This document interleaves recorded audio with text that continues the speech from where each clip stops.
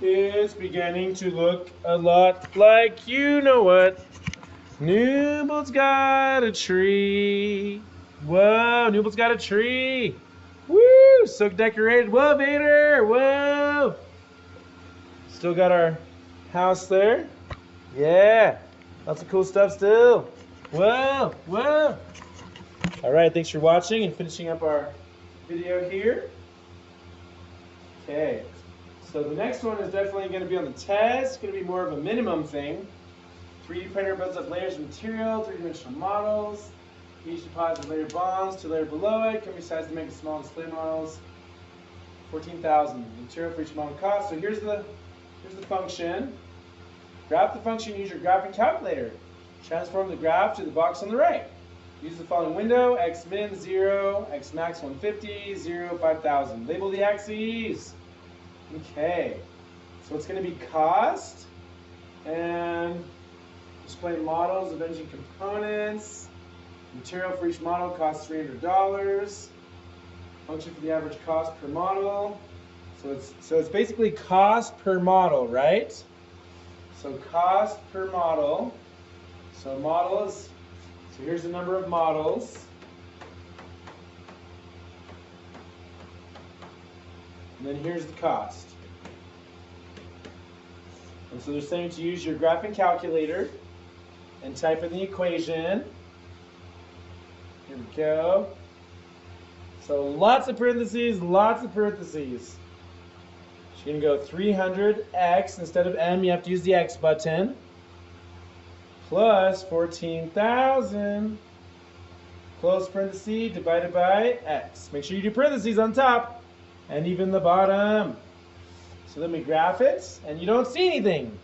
So then they tell you that we have to label the axes, right? Label the axes. And so when we label our axes, we have to go ahead and do these dimensions. And so how you do that is you hit the y equals button. No, you hit the window button, So the x minimum is 0. The x maximum is 150, and then 0 to 5,000. So it's going to be to 150 for the x, and then 0 to 5,000. And then we push graph. There it is. There it is. Use the graph to estimate how many models must be printed for the average cost per model to fall to $700. Right? How many models do we print before the cost falls to $700 per model? So we can use the trace button. And so we want 700, you guys. 700. So 700 is right about there.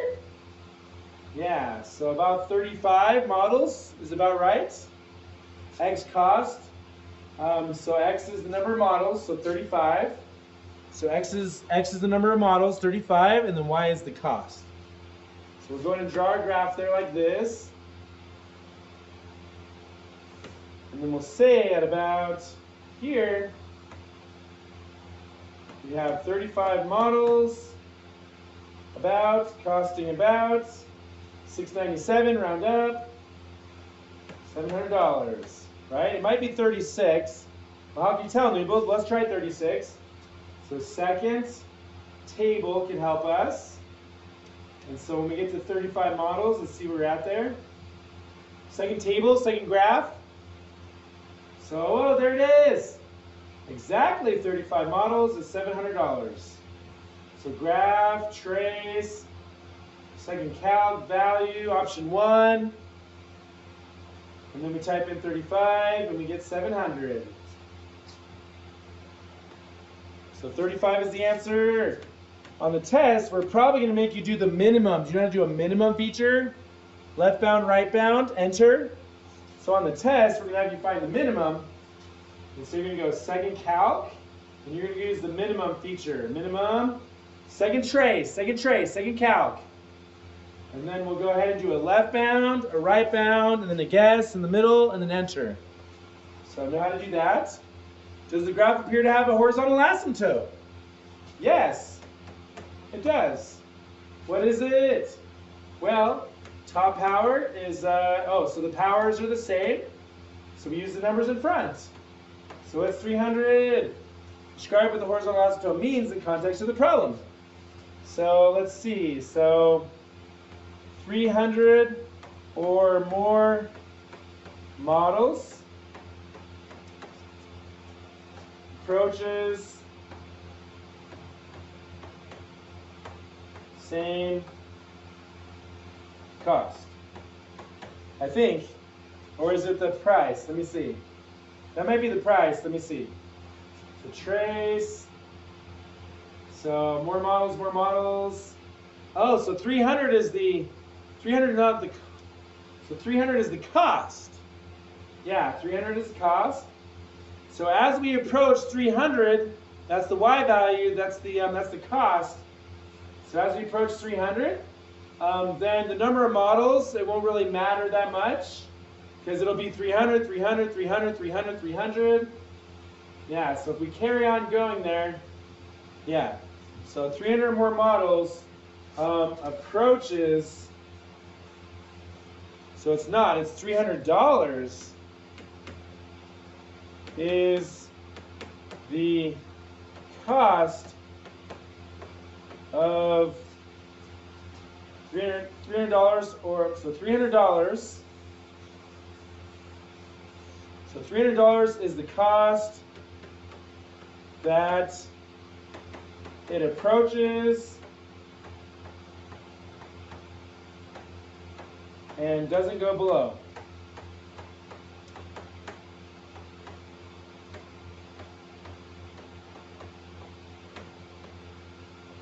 So that's like saying basically that no matter how many models you do after a bit, you're not going to go below 300. You can't get a better price than 300. 300 is the baseline basically. Right? So $300 is your $300 is basically like your minimum. Minimum cost. Here we go. Okay, write the function and find the exact values for the zeros. So you have to list all the factors. So 1 times 75, 3 times 25, 5 times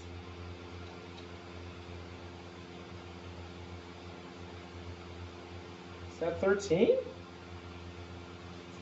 75 divided by 5 is 13.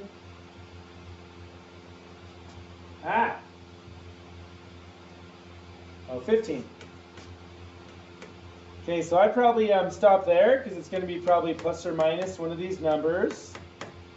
Plus or minus one of those numbers, right? And so you will have one of these on the test. And so you have to try each one to see which one works. Try each one and see which one works. So I'm going to go ahead and store 1 into x, like that. I'm going to store 1 into x. And then we're going to type in the equation. So x to the 4th power, right arrow, plus 2x to the 3rd power, right arrow, plus 22x squared,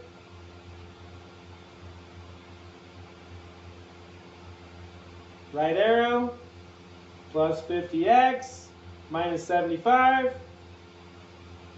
Yeah, there it is. 1 works. Positive 1. So now we can do synthetic division with those numbers. Remember, that's an divisible 1. So 1, 2, 22, 50, and negative 75. Bring down the 1. 1 times 1 is 1. That's 3. 1 times 3 is 3. Those together is 25. 125 is that. We get 75. And 1 times 75 is 75. We get a remainder of 0. So 1 power less. 1 power less. Oh yeah, there's 1 power less. So 1x to the 3rd power plus 3x squared plus 25x plus 75. And we're going to pull out the GCF now. Pull out the GCF. So we pull out an x squared, and we're left with x plus 3. If we pull out a positive 25, pull out a 25, we're left with x plus 3. So we got our factors there. We got our factors. We have a, we have our factors. We have x squared and 25. So x squared plus 25 is one of our factors. And then the other factors are x plus 3, just one of them. Just one x plus 3. And then we set them equal to 0 to find our roots. Minus 3, so we get x equals negative 3. And set equal to 0, we're going to minus 25, minus 25. So we get x squared equals a negative 25. We are going to go ahead and square root both sides. So we get x equals plus or minus. The square root of 25 is 5. And then negative becomes a I. So those are our 3 solutions.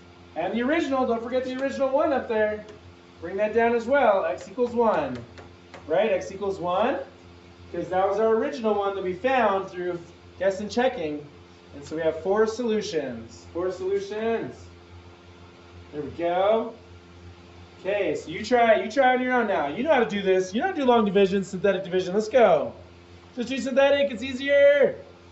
Right, positive 2, positive 2.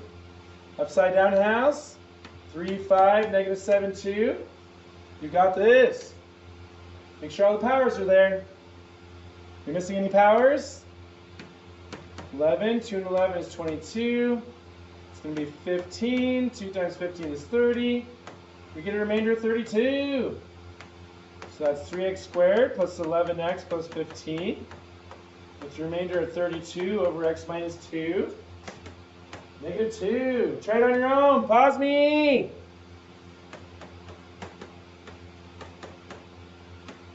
Number 3, negative 2 times 3 is negative 6. You get negative 10. Positive 20, negative 8, positive 16. You get a remainder of 0. 3x squared minus 10x minus 8. Way-o. Yeah, that's our quotient. That's our quotient. Good. So remember how to do that for the test? Okay, do you remember how to do sum of cubes? Make sure you know how to do sum of cubes. Sum of cubes factors into x times x times x, 3 times 3 times 3. Plug it in the formula.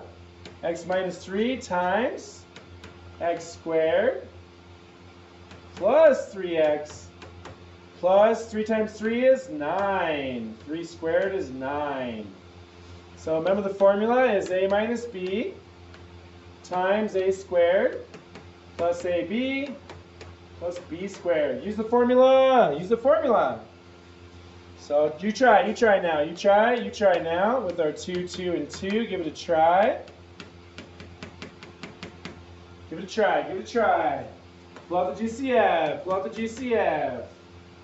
Pull out the GCF. Draw a rough graph for the following function. Do you remember how to draw a rough graph? So we have, what are our highest powers? 3 and 3 and 2 and 1. So 3 plus 3 plus 2 plus 1. That's 6, 7, 8, 9. So we have a negative 2x to the 9th power, which is odd powers. So negative and odd is going to be up and then down. Remember how to graph these? Remember to graph these? Up and then down. So we have x-intercepts at 3. Pause me. Try it on your own. Pause me. Negative 2. So we have a negative 2. We have negative 5. We have a positive 3. What else do we have? What's this guy? What's this guy? Well, you got to take it and set it equal to 0. It should just be a 0. It should just be a 0 because 0 divided by negative 2 is 0. Cube root both sides. Yep, we get x equals 0. X equals 0. There we go. So we have 4 roots, and they're going to cross and bounce.